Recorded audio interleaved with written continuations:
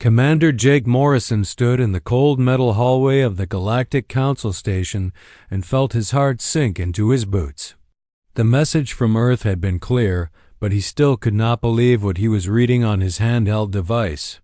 30 days to live or die as a species, and the choice was not really a choice at all. The station orbited Centauri Prime like a giant metal moon, and inside its walls the 12 most powerful alien races in the galaxy had just voted to wipe out every human being in existence. Jake had served in the Earth Defense Fleet for 15 years and had seen combat against pirates and rebels, but this was different. This was not war between enemies who respected each other. This was extermination. Admiral Lisa Barnes walked toward him with her face showing the same shock that Jake felt in his chest. She had been the highest-ranking human in the Coalition military, and now she was probably going to be one of the last humans to die in space. Her uniform looked perfect as always, but her eyes showed the weight of what had just happened in the council chambers. Behind her came Ambassador Rick Coleman, who had been humanity's voice in galactic politics for the past decade. His usually calm face was pale, and his hand shook slightly as he carried the official decree. The paper looked so normal and innocent, but the words on it spelled doom for every man, woman, and child on Earth and in the human colonies scattered across 47 star systems. Rick stopped next to Jake and Lisa and spoke in a voice that sounded hollow and distant. The 12 races had presented their evidence and their fears to the Council. Humanity was too dangerous to be allowed to continue existing in the galaxy. Human technology advanced too fast. Human soldiers fought too hard.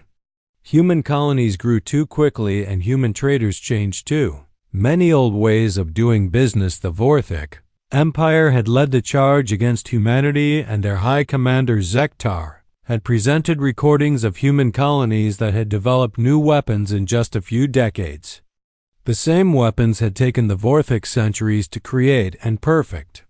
Other races had similar stories of human innovation that frightened them. Captain Amy Rodriguez had been monitoring alien communications from her exploration ship New Horizon, and her reports painted a picture that made Jake's blood run cold. Over 3,000 alien warships were already moving toward human space. The largest fleet ever assembled in galactic history was coming to destroy every trace of human civilization. The evidence against humanity was simple, but terrifying to the alien minds. Humans did not follow the established patterns that had kept galactic peace for thousands of years. When other races found new technology, they studied it carefully for generations before making small improvements. Humans found new technology and within months had changed it into something completely different and usually much more powerful. Human colonies were supposed to grow slowly and follow careful plans approved by galactic authorities. Instead, human settlements expanded rapidly and created new ways of living that attracted members of other species. Young aliens were leaving their homeworlds to live in human space where they could think and act in ways their own cultures did not allow. The trading networks that had remained stable for millennia were being disrupted by human merchants who offered better deals and faster service. Human companies were making agreements directly with individual alien traders instead of going through the proper governmental channels. This was causing political problems on worlds where change had been carefully controlled for centuries. Jake read through the specific charges against humanity and realized that everything the aliens feared was true. Humans did innovate too quickly. They did fight with more determination than was considered normal. They did change things wherever they went. But these were not crimes in human thinking. These were simply the ways humans live their lives. The ultimatum was simple and brutal. Humanity had 30 standard days to choose between two options. They could accept complete technological restriction and permanent quarantine on Earth. This meant giving up all their colony worlds and all their advanced technology. They would become prisoners on their own planet while galactic authorities made sure they never again threatened the established order. Second option was total war followed by complete annihilation. If humanity refused to accept quarantine, then the combined fleets of 12 alien races would destroy every human ship colony and settlement in the galaxy. Earth itself would be burned clean of all life to make sure no human could ever again threaten galactic stability. Admiral Barnes spoke quietly about the military situation, and her words confirmed Jake's worst fears. The Earth Defense Fleet had 847 ships capable of deep space combat. They were good ships with skilled crews, but they were facing over 3,000 enemy vessels with technology that had been perfected over thousands of years. The numbers were impossible, but Jake had served with human crews long enough to know that impossible numbers had never stopped humans before. The question was not whether humanity could win such a war.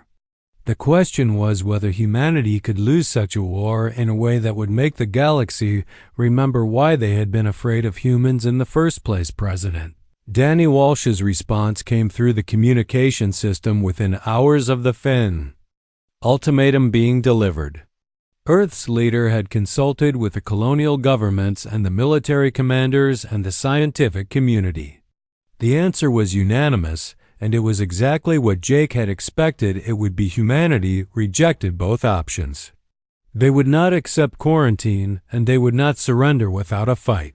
If the galaxy wanted to destroy the human race, then the galaxy would pay a price that they would remember for generations.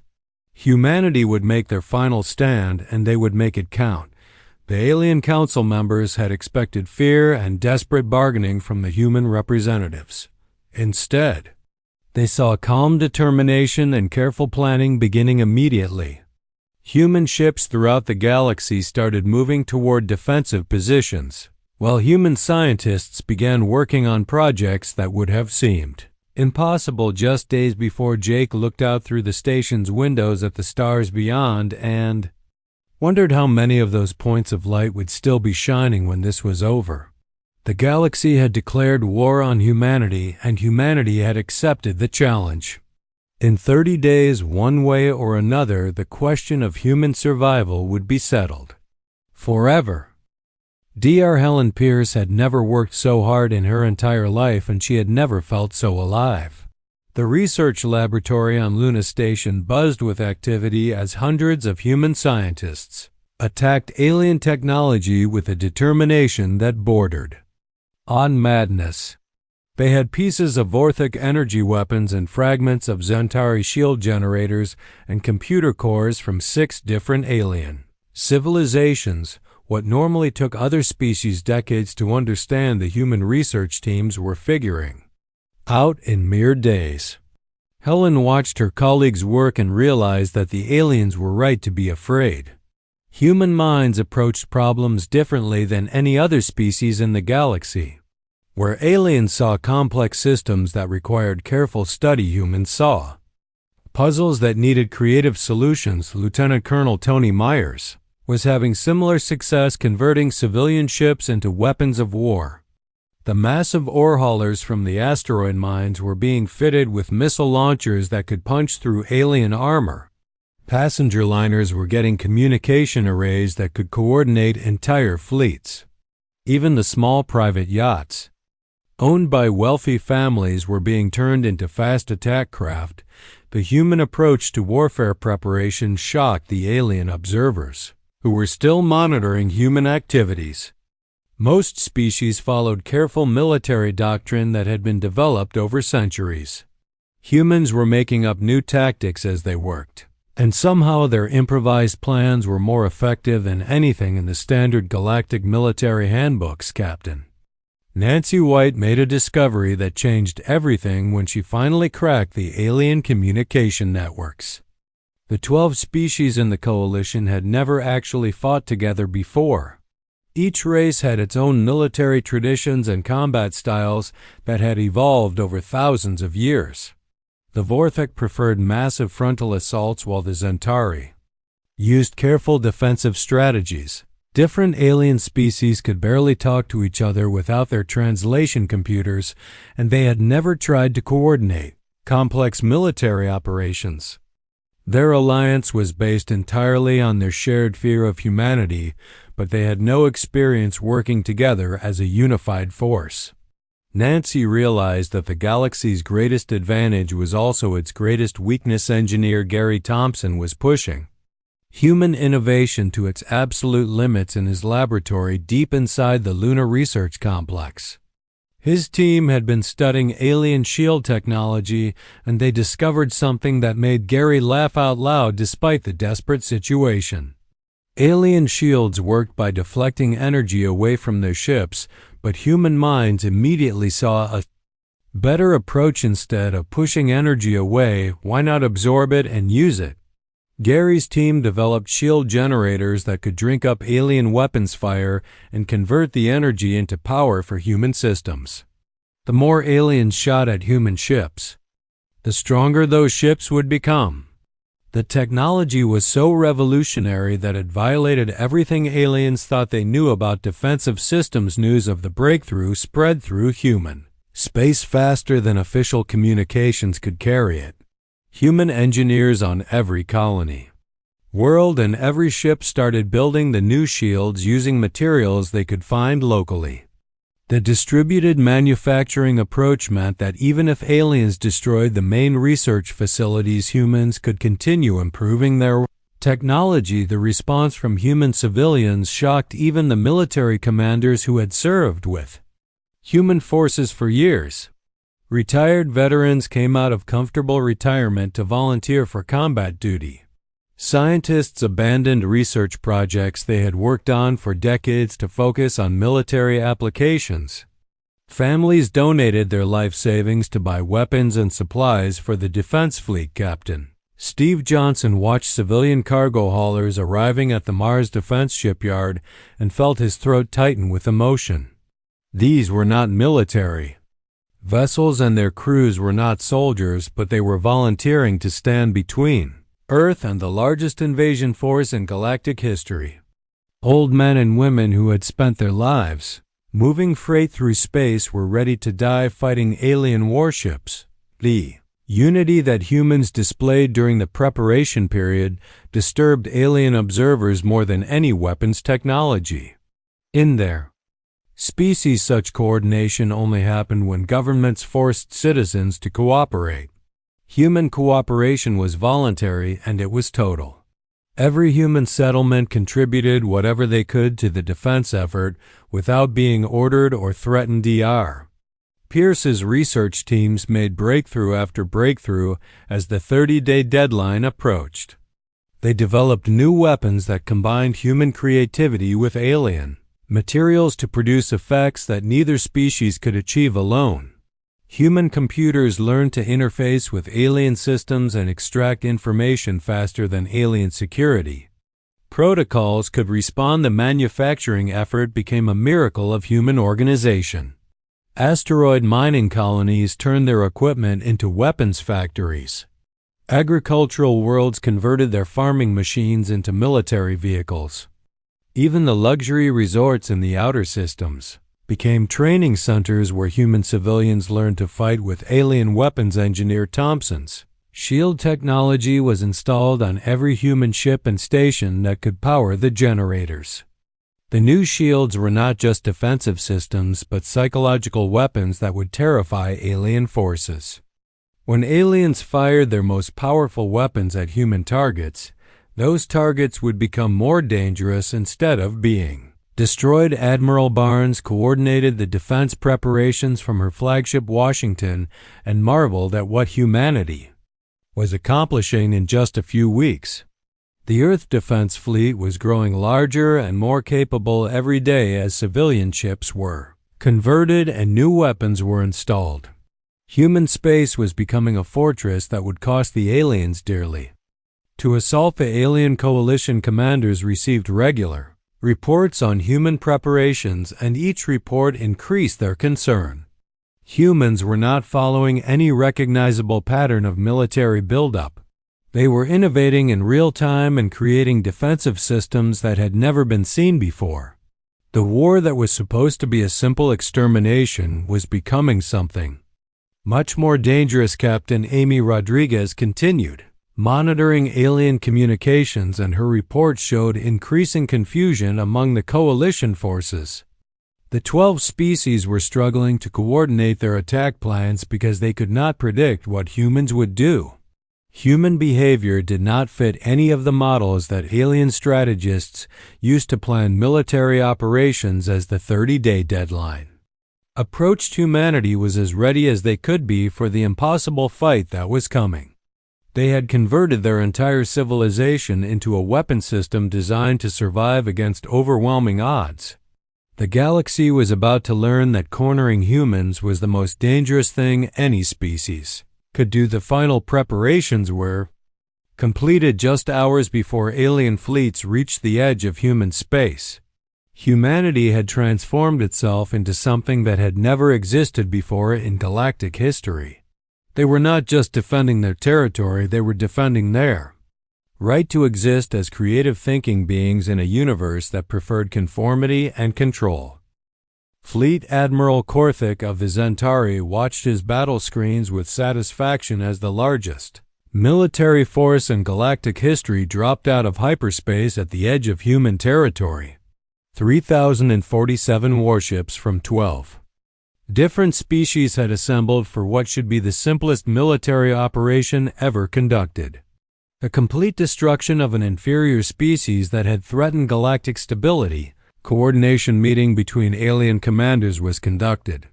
Through quantum communication links that connected the flagship vessels of each species. Korthik looked at the images of his fellow commanders and felt confident that this war would be over within days. The humans had perhaps 800 ships at most, and they were scattered across dozens of star systems.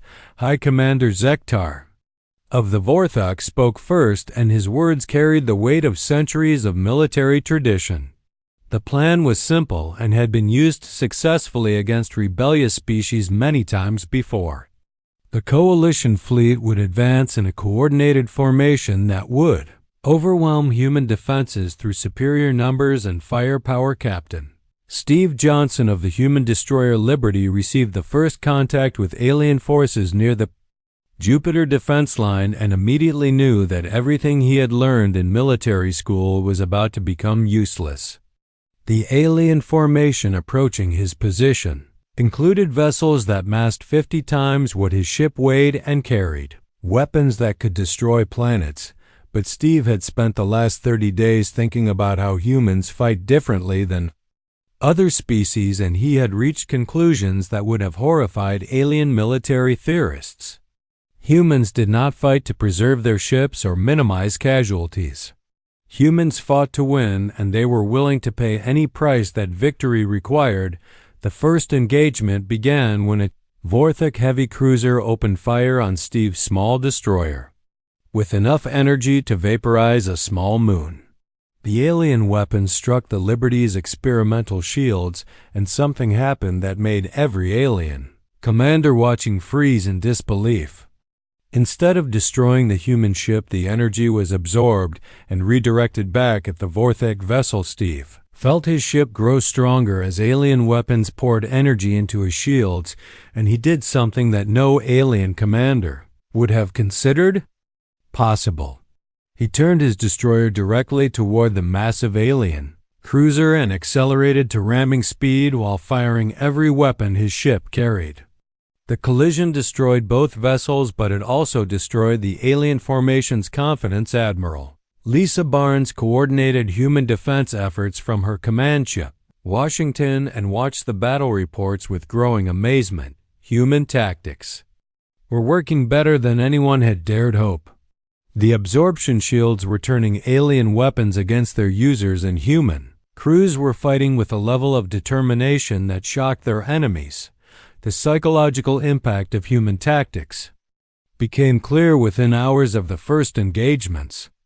Alien crews had been trained to fight according to careful plans that minimized risk and preserved valuable ships. When human vessels turned into guided missiles that targeted critical enemy systems, alien commanders found themselves facing something. They had no experience dealing with. Captain Roy Bennett led a squadron of converted civilian ships in a raid behind alien lines.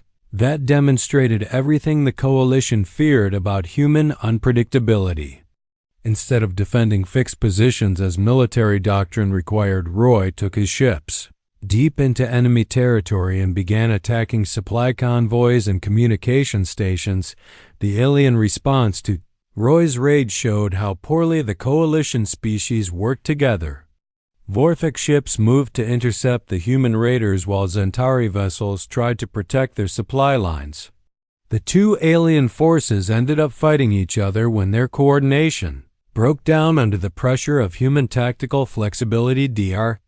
Helen Pierce's technological innovations began showing their full impact as the battle spread across multiple star systems.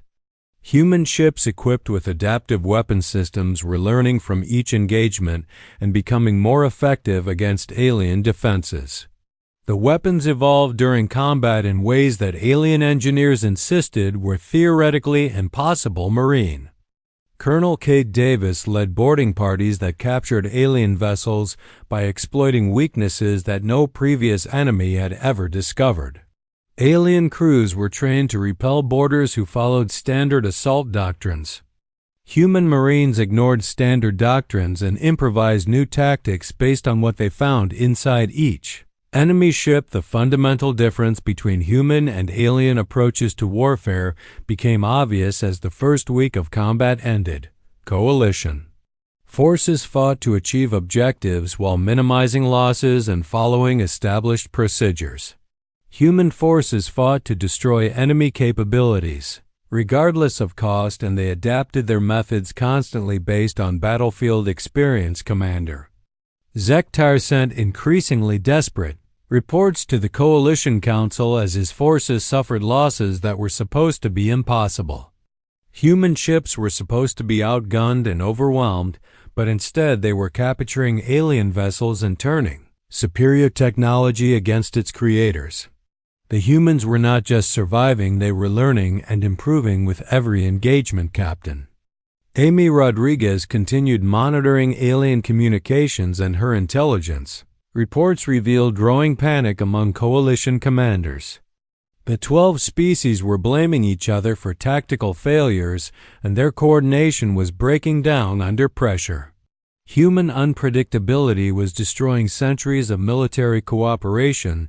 The battle for the asteroid mining stations in the belt beyond Mars became a perfect example of how human creativity could overcome superior numbers. Engineer Gary Thompson had converted the mining equipment into weapons that could tear apart alien armor, and the miners themselves fought with tools they had used for decades to break apart space rocks. Admiral Barnes realized that something impossible was happening as reports came in from across the battle zone. Human forces were not just holding their defensive positions, they were actually advancing against overwhelming odds. The absorption shield technology was allowing human ships to become stronger during combat while alien vessels grew weaker. Alien Coalition had expected to face desperate human resistance followed by quick collapse when the odds became clear. Instead, they found themselves fighting an enemy that became more dangerous with every passing hour. Human tactical flexibility was turning the war into a learning experience that favored the species with the most creative minds. By the end of the first week of combat, the impossible had become reality. Despite being outnumbered more than 3-1, humanity was winning battles and capturing territory. The Coalition forces that were supposed to complete extermination in days were instead fighting for their own survival against an enemy that refused to follow any known patterns of military behavior. The galaxy's greatest military force was discovering that they had not just attacked humanity, they had attacked the most dangerous opponent they could possibly face. An enemy that learned from every defeat and turned every loss into an opportunity for innovation. The war that was supposed to eliminate the human threat was instead proving exactly why the aliens had been right to fear human potential. Commander Zektar stared at his tactical displays with growing horror as reports flooded in from across the battle zone. The second week of what should have been a simple extermination campaign had become a nightmare that threatened everything he understood about warfare. Human forces were employing tactics that violated every principle of civilized military conduct. The latest intelligence reports from Captain Roy Bennett's deep penetration raids made Zektar's blood run cold. Human ships were operating hundreds of light years behind coalition lines, and somehow they were capturing supplies and intelligence while the main human fleet was supposed to be defending their home colonies. The humans were fighting on multiple fronts simultaneously with forces they should not have been able to spare. Commander Korthik called an emergency meeting of coalition leaders, and his normally calm demeanor showed cracks of panic that had never been visible before. The Zentari had lost 12 major warships in the past 3 days to human tactics that seemed to come from the imagination of madmen rather than trained military officers. The breakthrough that changed everything came when Commander Julie Parker discovered the fatal weakness in the coalition's command structure. The 12 species communicated through a complex translation network that required mathematical precision and logical consistency to function properly.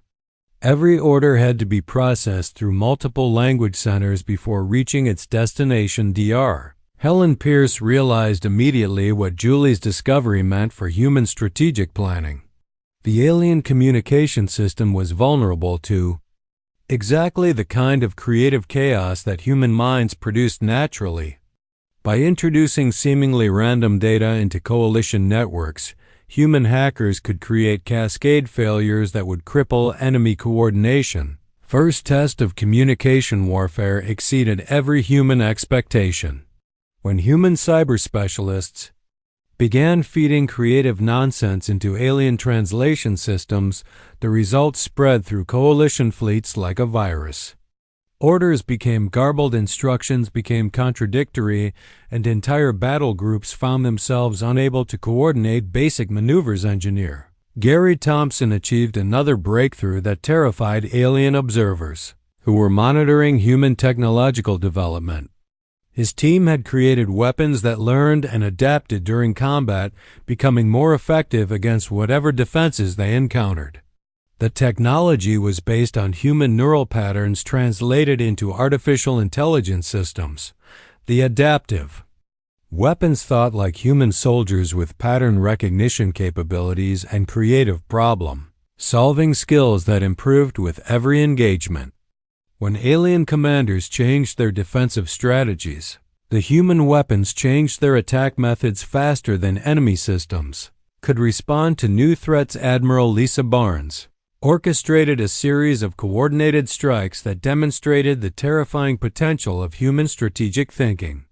Instead of defending their colonies as coalition forces expected, human fleets abandoned fixed positions and launched simultaneous attacks on alien supply lines, communication hubs, and command vessels. The strategy sacrificed territory to destroy the enemy's ability to fight coherently, and it worked beyond Barnes's most optimistic projections. Coalition forces found themselves cut off from supplies and unable to communicate with their command structures, while human forces struck with surgical precision at critical weak points. Captain Lisa Morgan led a squadron that achieved what alien military theorists insisted was impossible. Her small force captured an entire Vorthic battle group by exploiting their inability to make rapid tactical decisions without committee approval. While alien commanders debated proper protocols through their translation networks, human forces struck with devastating effectiveness. The psychological impact on coalition forces became severe as reports of human tactical innovation spread through alien fleets. Crews that had been confident of easy victory began experiencing something their species had not felt for centuries. They were afraid of an enemy that seemed to grow stronger and more creative with every passing day. The Coalition Council received reports that challenged everything they thought they knew about warfare and civilization. Human forces were not just fighting a military campaign, they were conducting a real-time experiment in tactical evolution. Every human ship captain thought independently, adapted instantly, and cooperated without requiring central coordination fleet. Admiral Korthik sent desperate messages to his home government explaining that the coalition was not fighting a traditional military force, but something far more dangerous. An entire species that treated warfare as a creative problem-solving exercise where every challenge was an opportunity for innovation rather than an obstacle to overcome. The aliens discovered they were fighting not just human ships and human weapons, but human ingenuity itself. Every captured alien vessel became a research laboratory, where human engineers improved on technology that had taken other species centuries to develop. Every intercepted communication became intelligence that human analysts used to predict and counter alien strategies. Captain Amy Rodriguez reported that coalition morale was collapsing as word spread through alien fleets about human capabilities. Crew members from different species were blaming each other for tactical failures and demanding explanations that their commanders could not provide. The careful alliance built on shared fear was cracking under the pressure of human success. Dr. Pierce's research teams achieved breakthroughs daily that pushed the boundaries of what coalition scientists thought was possible. Human technology was advancing so rapidly during active combat that alien intelligence services could not keep track of new capabilities. By the time they analyzed one human innovation, 3 more had been deployed. The most terrifying aspect of human warfare from the alien perspective was the complete absence of predictable patterns. Coalition military doctrine was based on thousands of years of experience fighting enemies who followed logical, strategic principles. Humans followed no principles except the drive to win through whatever methods worked. Engineer Thompson's adaptive weapons began appearing throughout human fleets, as manufacturing facilities worked around the clock to produce systems that learned from combat experience. Each weapon became more effective against the specific enemies it faced and shared its knowledge with other weapons through quantum communication links. The tide of battle turned completely during the 3rd week when human forces demonstrated that they had not just survived the coalition assault but had grown stronger because of it. Every alien attack had provided humans with new technology to study, new tactics to counter, and new opportunities to prove their tactical superiority. Coalition commanders found themselves in the impossible position of fighting an enemy that became more dangerous with every engagement. The war that was supposed to eliminate the human threat had instead created the most formidable military force the galaxy had ever seen. An enemy that learned, adapted, and innovated faster than any species in galactic history. The reports reaching coalition home governments painted a picture that challenged the fundamental assumptions of galactic civilization. Humanity was not just winning battles, they were rewriting the rules of warfare itself. The galaxy's attempt to destroy human creativity had instead unleashed that creativity on the largest scale ever witnessed. The alien coalition's confidence had completely shattered by the 4th week of what was supposed to be humanity's extermination. Reports flooding into coalition command centers painted a picture so terrifying that some alien leaders refused to believe the intelligence they were receiving. The humans were not just winning, they were innovating in real time and developing new technologies during active combat. Commander Zektar delivered his most desperate report yet to the Coalition Council, and his words carried the weight of impending disaster. Human forces had captured 3 major alien command ships, and somehow they were using those vessels more effectively than their original crews had ever managed. The humans had taken Vorthik and Zentari technology and improved it beyond recognition. Captain Ben Foster had become a legend of terror among alien forces after taking control of the Zentari dreadnought Eternal Glory and modifying its weapons systems in ways that Zentari engineers insisted were theoretically impossible. The massive ship now carried weapons that combined human creativity with alien materials to produce effects that violated established physics. Most frightening development came when Dr. Helen Pierce's research teams achieved their breakthrough in consciousness interface technology. They had developed systems that allowed human minds to connect directly with alien computer networks and control them with an intuitive understanding that surpassed the original designer's pilot. Sarah Martinez became the first human to control an entire alien fleet through neural connection, and the results exceeded every projection. She took command of 37 captured coalition vessels and turned them against their former allies with tactical precision that made alien observers question everything they understood about warfare. The psychological impact of watching their own ships fight against them broke the morale of entire alien battle groups. Coalition crews found themselves facing weapons they had helped design and tactics they had helped develop but improved beyond their comprehension by human minds that approached problems from completely different angles. Admiral Lisa Barnes now commanded not just human vessels, but a hybrid fleet that incorporated the best innovations from 12 different alien civilizations.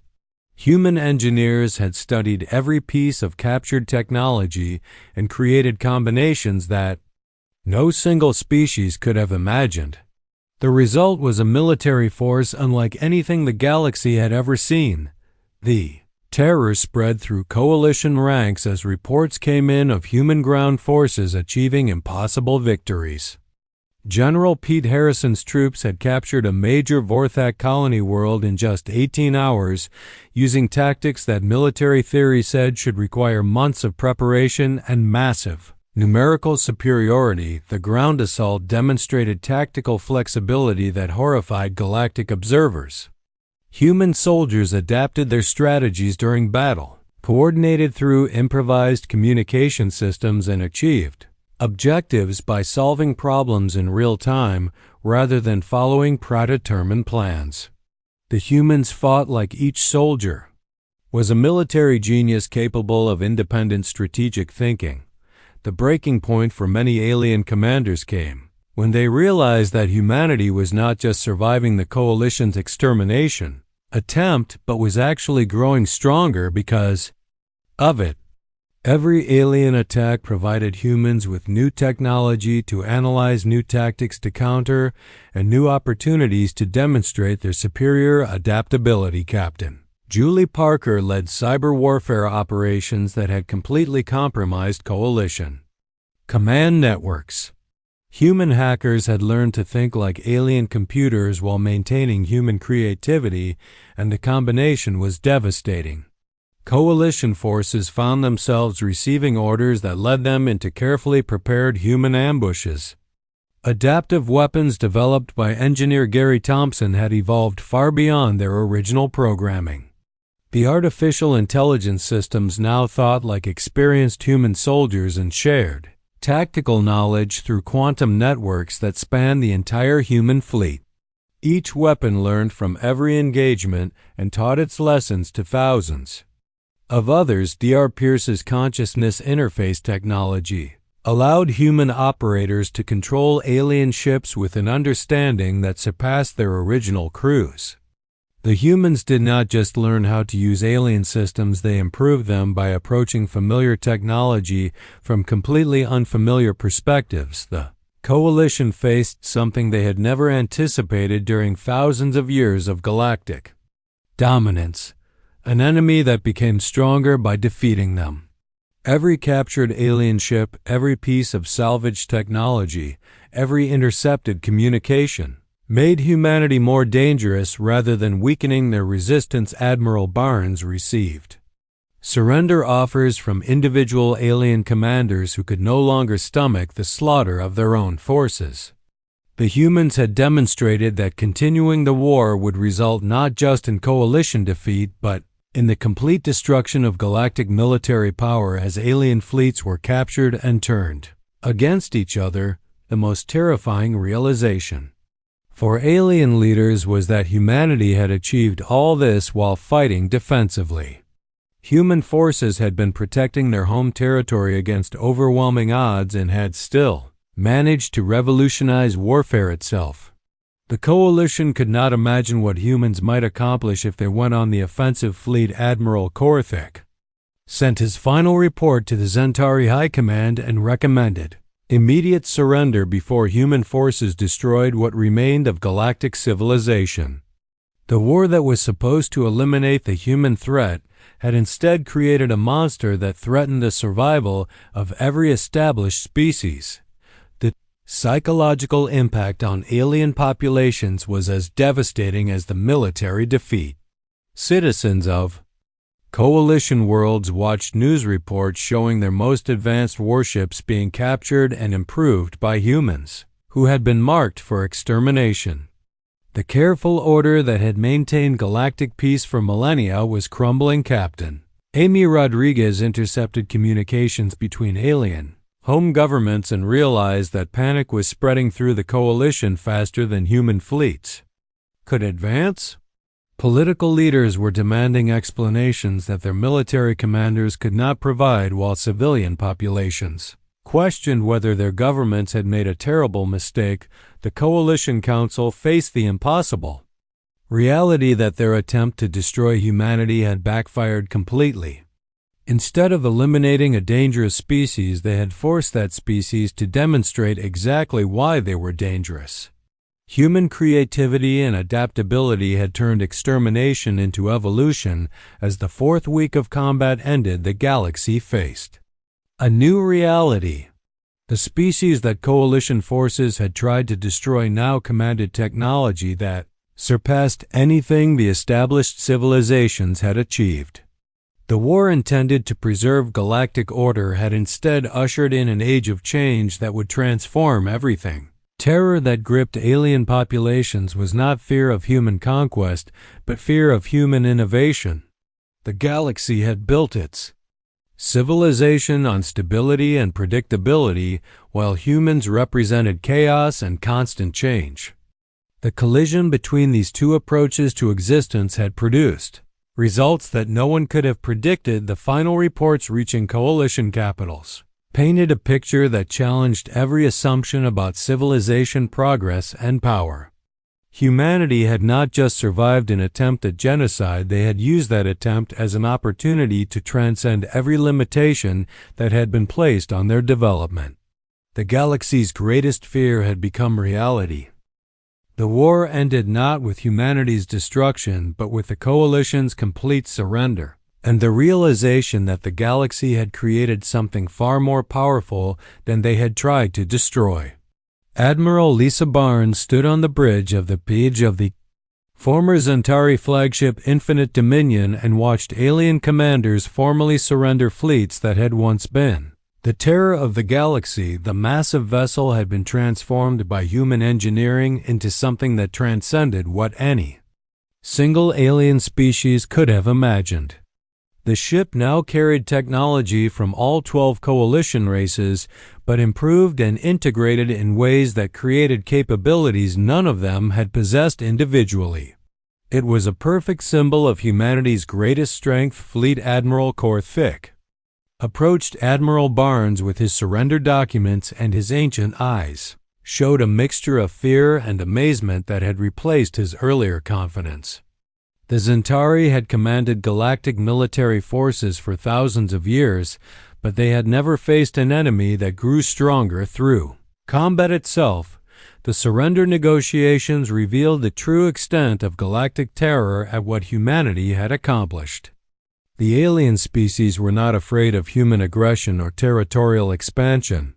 They were terrified of human creativity and the implications of what that creativity might accomplish if given free rein across the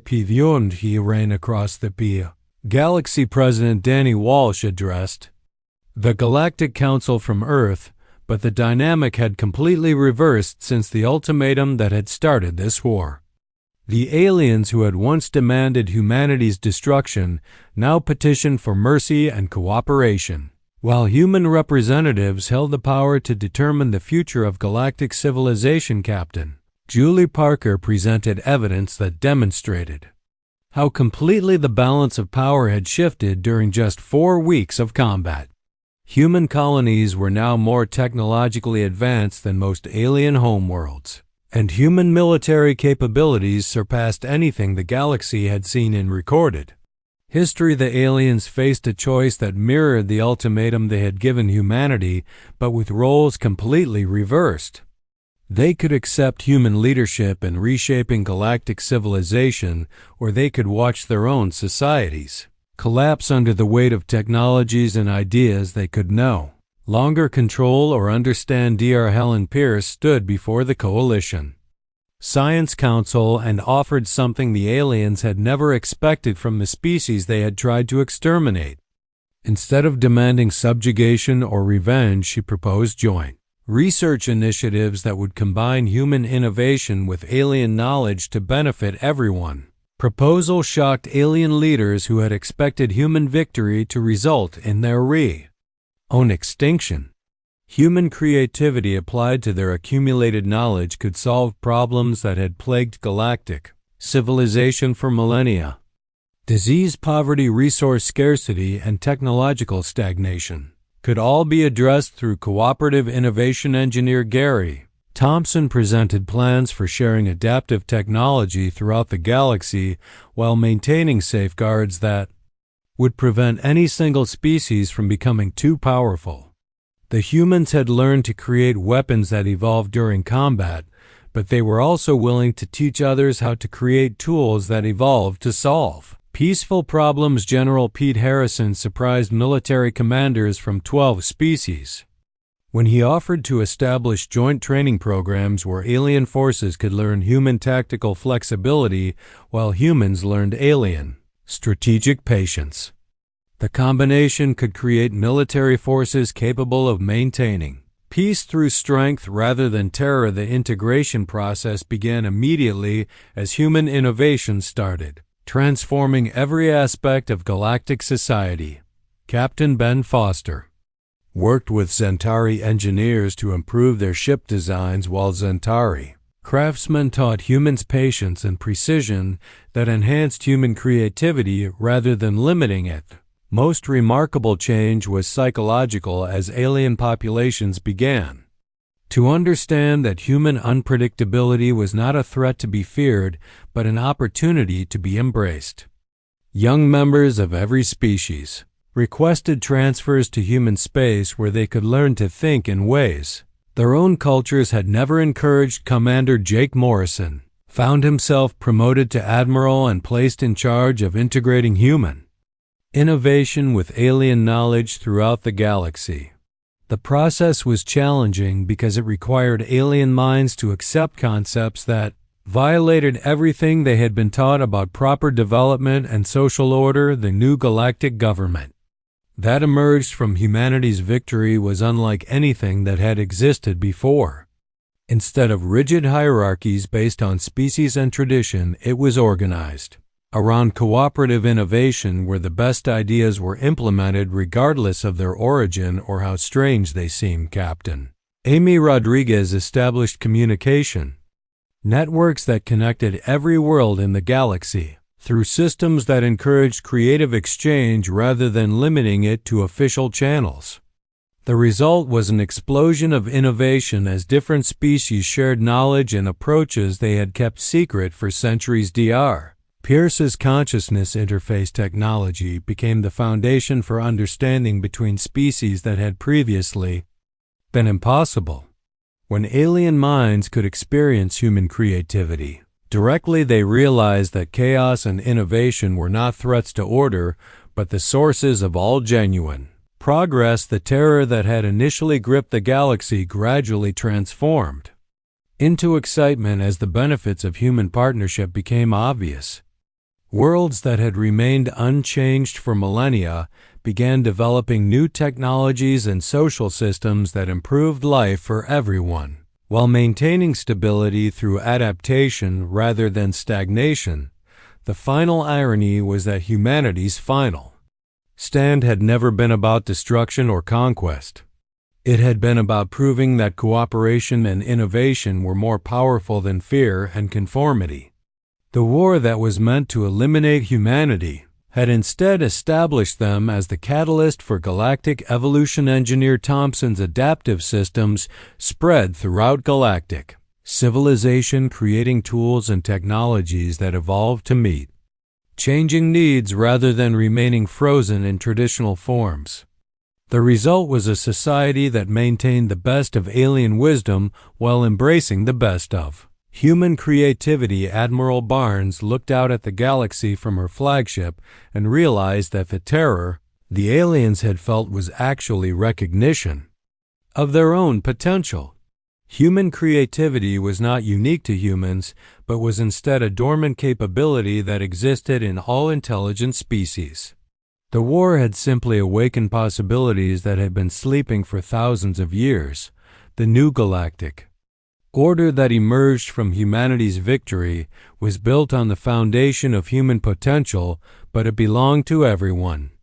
The species that had tried to destroy humanity because they feared change had instead learned to embrace change as the source of everything good that intelligent life could accomplish. Commander Jake Morrison's final report to Earth described it. Galaxy transformed not through conquest, but through the realization that diversity of thought and approach was the greatest strength any civilization could possess. Humanity's final stand had terrified the galaxy because it had shown them what they could become if they stopped being afraid of their own potential. The story ended where it had begun, with a choice between two futures. But now, instead of choosing between extinction and surrender, the galaxy was choosing between stagnation and growth. Humanity had shown them that the future belonged to those brave enough to embrace the unknown and creative enough to turn every challenge into an opportunity for something better.